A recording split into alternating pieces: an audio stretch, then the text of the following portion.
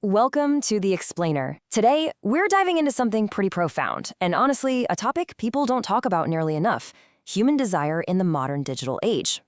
This isn't just another lecture about putting your phone down, right?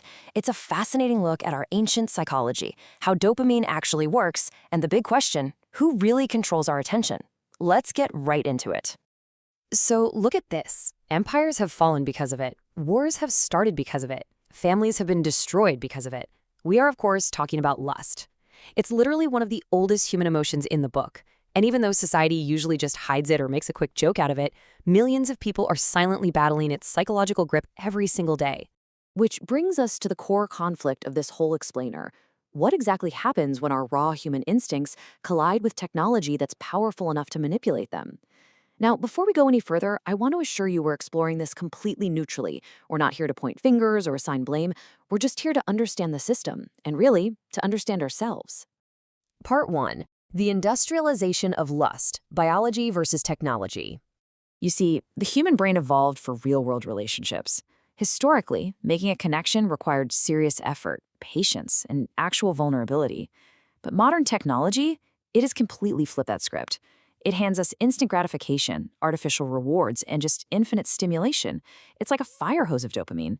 And honestly, our ancient brains are just struggling to adapt to this massive modern surplus. Part 2. The dopamine system, the motivation chemical. Now, almost everyone calls dopamine the pleasure chemical, right?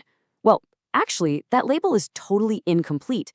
It's fundamentally the chemical of motivation, of anticipation, and craving.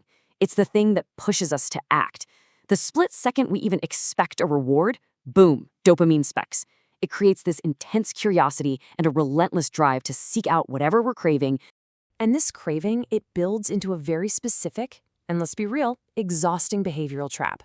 Think about it. It usually starts with a trigger, like stress, loneliness, or maybe you're just bored. So to cope, you seek out some digital stimulation. Your brain gets that quick hit of dopamine relief, but it fades fast, doesn't it?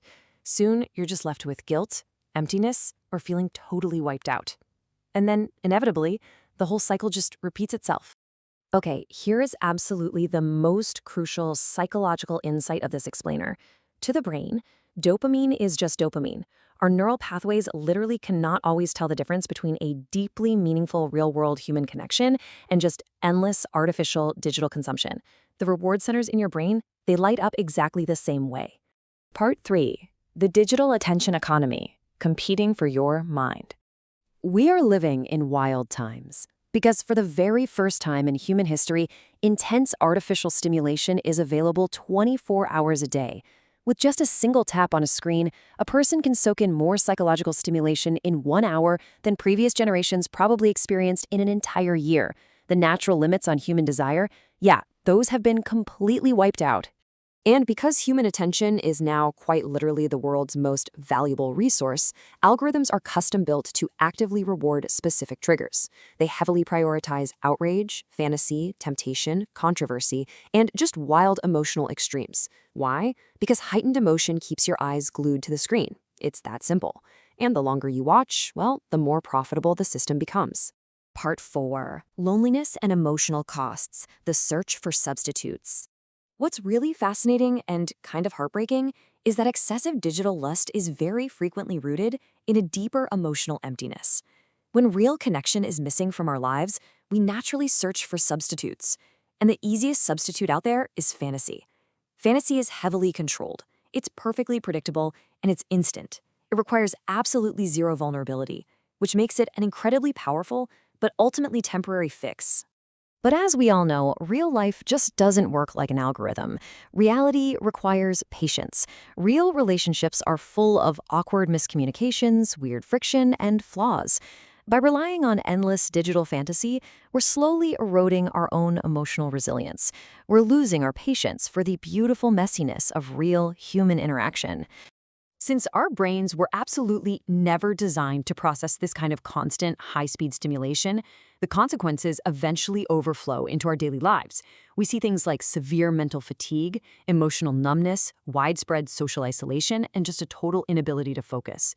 It's absolutely vital to understand something here. These are not moral failings, not at all.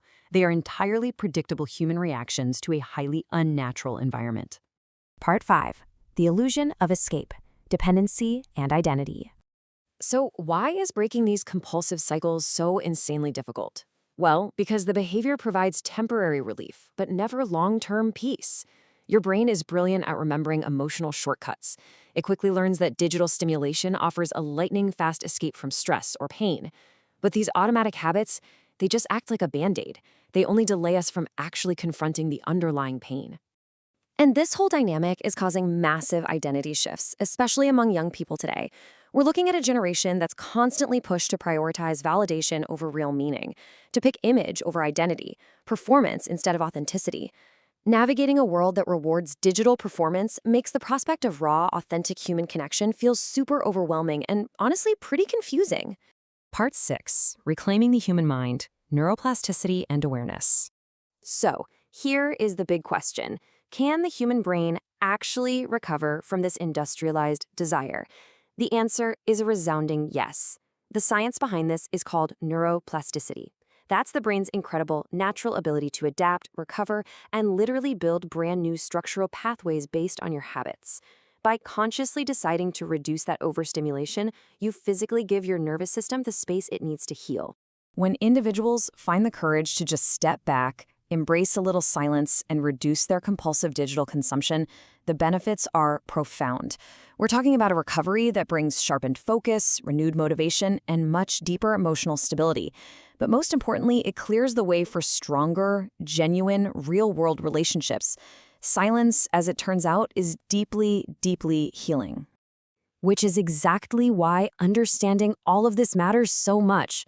Listen, in a world that is structurally designed to manipulate your attention, your awareness is your absolute greatest protection. Recognizing your own psychology and seeing exactly how these platforms target your dopamine, well, that is the crucial first step in taking your control back from the screen. So, as we wrap up this explainer, I want to leave you with a really powerful question to think about. In an age of infinite artificial stimulation, can humans still choose discipline over impulse? Can we actively choose reality over fantasy? The defining battle of our era is no longer just happening on our screens. It is happening right inside the human mind itself. Thank you so much for joining me for this explainer, and keep learning.